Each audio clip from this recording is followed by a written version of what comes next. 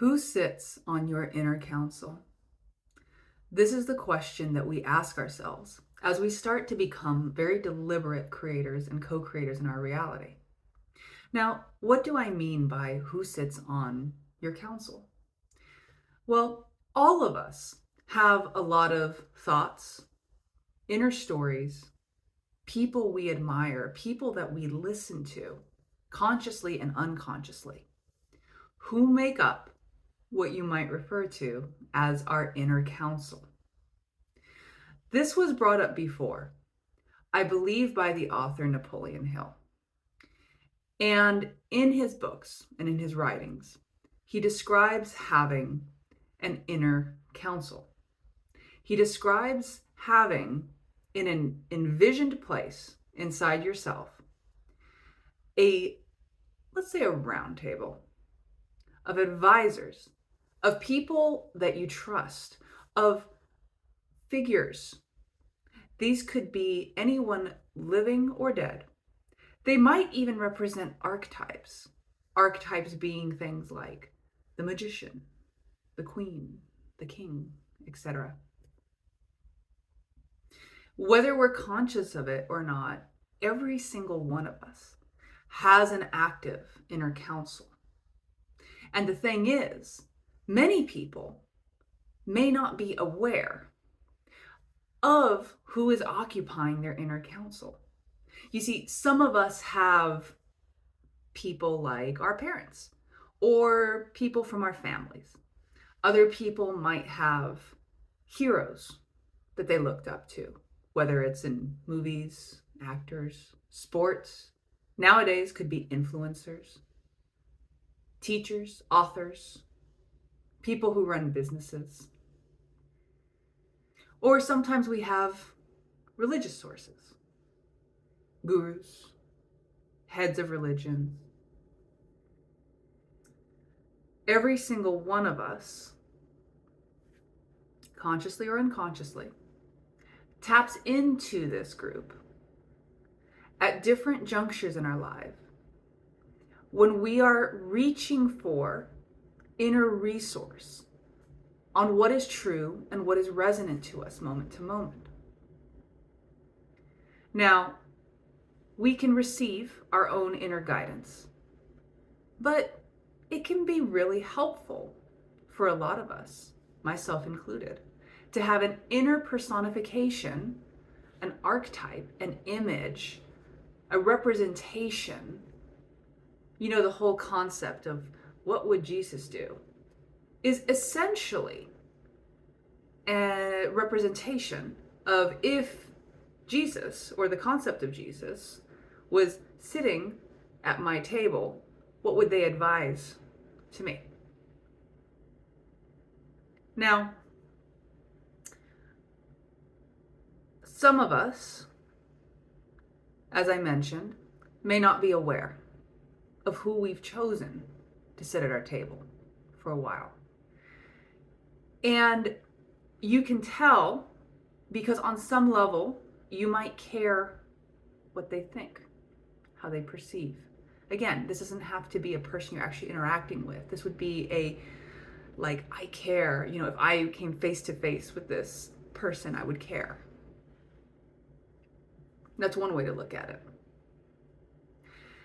An exalted way of looking at people who you would put on your table or board is, I resonate so much with the appearance that I see from this person, this figure, on how they live, on their embodiment, that I am adding this to my soup. I'm adding this to my mix. Yes, I like embodying that. Yes, I like embodying that. Yes, I like embodying that.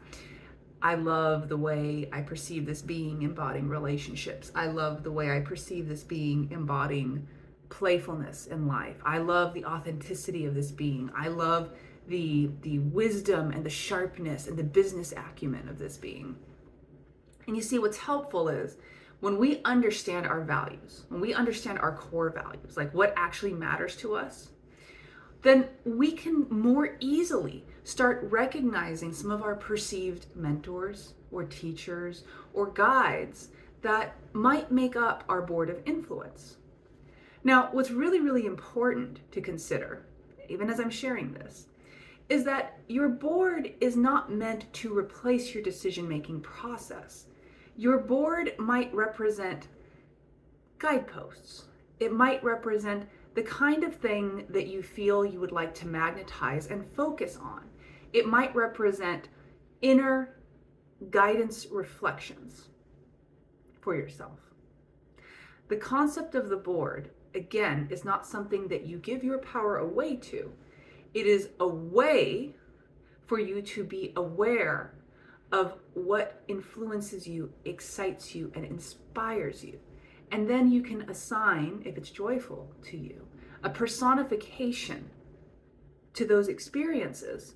So when you are negotiating within yourself, and this is a thing that we all do as humans, we are often in a state of exploration and some form of negotiation within ourselves until we start creating more and more fluid systems. I'll pause there and I'll say until we started creating that, but there's a chance that we continue the pattern of negotiation as we go. So I'm just putting that footnote right there.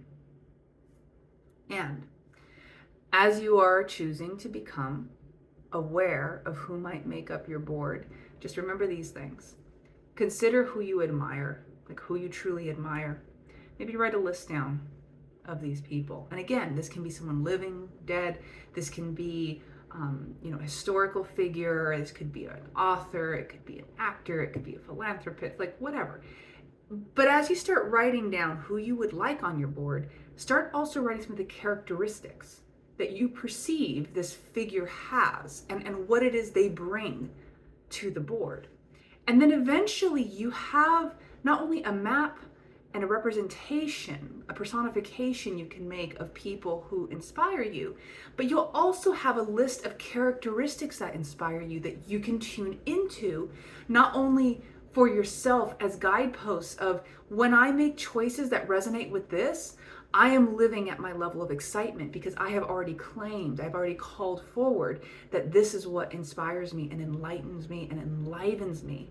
And then it becomes less about I'm trying to be these people or looking for this thing, and it's more of in every given moment when I have the opportunity to embody these characteristics, I am living as my truest self, and isn't that delicious? So, I hope that this concept of the inner council could be an interesting one for you to contemplate, especially if you are listening. This is a very funny thing. I was going to say, especially if you are listening to this now, especially if you're listening to this now, wherever now is for you. It seems as though it's an invitation for you to get really clear on what you're focusing on, who might sit at your table, where you might receive advice, to lovingly thank and allow to exit anyone who is no longer needs to sit at your board. Because maybe when you look at it, you're like, why is this person sitting at my board? Is this really resonant anymore? And it's okay to have people exit your table. It's actually very normal because we grow in cycles. One of the things I did a lot, and that I have done a lot with people, scale businesses. And the teams and the people you often need to scale a business from one place to another can dramatically shift when you're ready to scale the business from this stage to the next stage, or this stage to this stage. This is why you sometimes see shifts in companies, in teams, in culture, and leadership, depending on the growth level that they're at. And in the same way in our life journey, we can shift. We are shifting beings, and giving ourselves that fluidity and that permission helps life be that much more enjoyable. And instead of beating ourselves up for those changes, or for letting go of board members, or bringing on some new ideas, we can instead be curious and playful with ourselves and go, yeah, I'm a shifting creature. This is what I'd like to focus on now, and that's good. And it's okay to let this go. And it's okay to focus here now. So, may this have brought you exactly what you needed in this moment. As always, I am so joyful that we get these opportunities to connect. If this has been helpful, inspired you, brought some kind of realization, then please, I would so appreciate if you chose to like, to subscribe. If you have any comments or questions, you want to dive into anything deeper, just go ahead and let me know in the comments section. May you have a beautiful now.